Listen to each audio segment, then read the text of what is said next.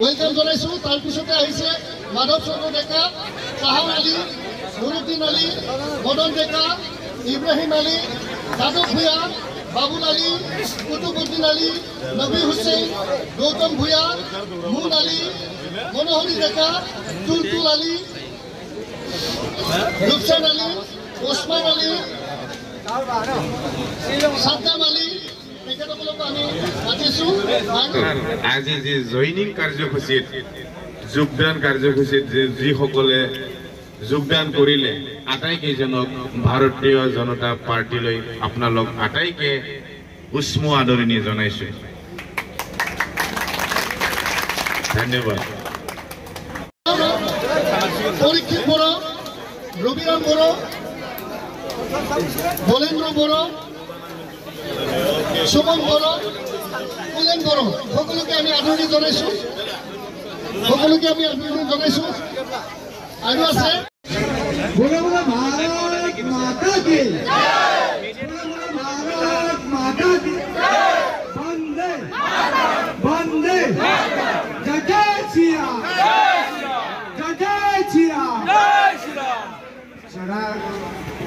আজি আমাৰ এই ভাৰতীয় জনতা পাৰ্টিৰ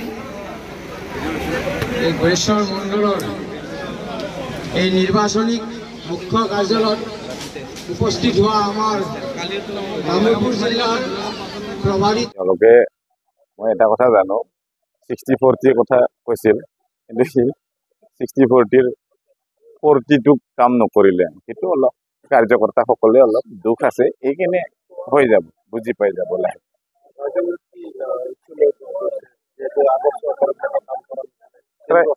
ৰাইজক আমি ইছ্যু লৈছো। প্ৰতিটো গাঁৱত আমি যেতিয়া সভা পাতো, কিবা এটা ইছ্যু আছে যে আমাৰ নামঘৰটো বনাই দিম বুলি কৈছিল, আমাৰ ৰাস্তাটো বনাই দিম বুলি কৈছিল, কিন্তু নকৰিলে। এইবাৰ যাতে আপুনি বনাই দিয়ে, আমি আপোনাক সম্পূৰ্ণ সমৰ্থন কৰিম, সেইখিনি কথা কয়। গতিকে সেইখিনি আশ্বাস দিওঁ মই। তেখেতসকলে যিখিনি বিচাৰে, কম ভোট পাই পেলাই তাৰমানে ছেকেণ্ড পজিশ্যন লাভ কৰিব কোনোবাই আৰু।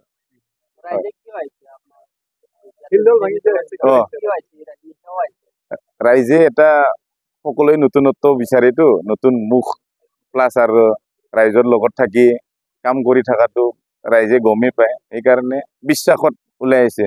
তেখেতসকলৰ মই কেতিয়াও বিশ্বাসঘাতক কৰিব নোৱাৰিম।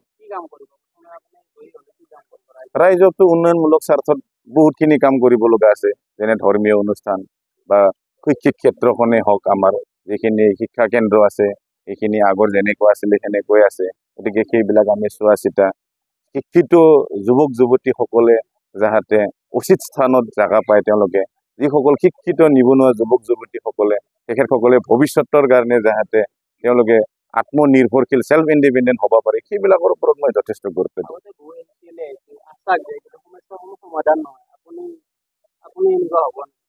এটা চাওক,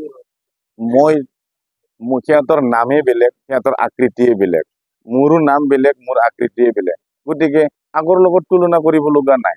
আগৰ তেখেতসকলে নোহা নক্তা প্ৰমিচ দিছিলে, কিন্তু মইতো তেনেকুৱা য'তে ত'তে প্ৰমিচ দি ফুৰা নাই। মই যিখিনি পচিবল সেইখিনি মই কৰিব পাৰিম, যিখিনি মই কৰিব পাৰিম সেইখিনিটোহে মই আশ্বাস দিছো ৰাইজক। গতিকে ৰাইজে বিশ্বাস আছে। আমি BTCত 40টা সমষ্টি আছে, বহুত কেইটা সমষ্টিৰ ভিতৰত আমি যাব পাইছো। গতিকে বেলেগ সমষ্টিৰ লগত তুলনা কৰিলে গড়েশ্বৰ সমষ্টি সঁচাকৈ বহুত তলত, নিম্ন সমষ্টি হিচাপে মানে পৰিগণিত হয়। সেইকাৰণে এইবিলাক বেলেগ সমষ্টিৰ লগত তুলনা কৰি বেলেগ সমষ্টিতকৈ যাতে উন্নত সমষ্টি কৰিব পাৰো, সেইটো মই যথেষ্ট চেষ্টা কৰিম।